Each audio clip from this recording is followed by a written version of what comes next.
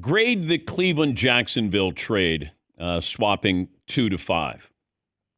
So I would actually give Cleveland an A, to be able to get what they got, and we'll see what becomes of. I think the two guys they got for him were Mason Graham and Quinshon Judkins. We'll see what becomes of the players they got from him.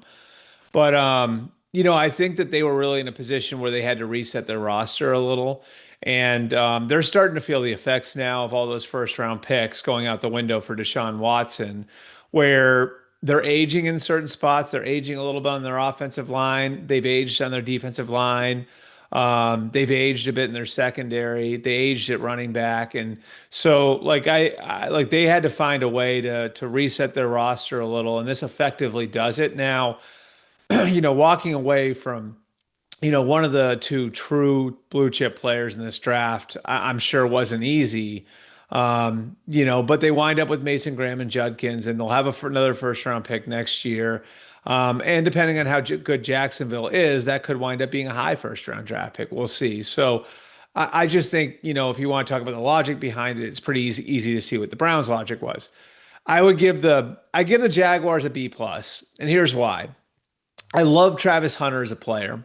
I think on the high end, you're going to get a truly unique, like just a unicorn, and I know that's a little redundant, right? A unique unicorn, but like you're getting one of these guys that like there's never really been one of these before if he hits on all cylinders. But even if he doesn't, you're gonna have a lot of cracks at getting it right because there's so many different things that you can do with him.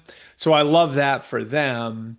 My question is, are they in that position yet where they should be taking this sort of swing? In other words, like Liam Cohen, James Gladstone came from the Rams, where they were known for taking these sorts of swings. But when they took these sort of swings, they were on veteran players, and it was a team, and it was with a team that was in position to win right now.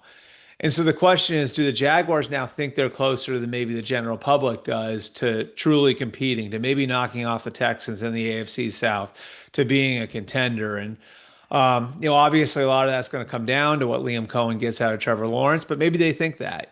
So if you're Jacksonville and you think you're closer than the general public does, then this move makes a ton of sense because Travis Hunter might be a player that can put you over the top, and then, maybe that pick next year is in the 20s rather than being in the top 10. So we'll see on that.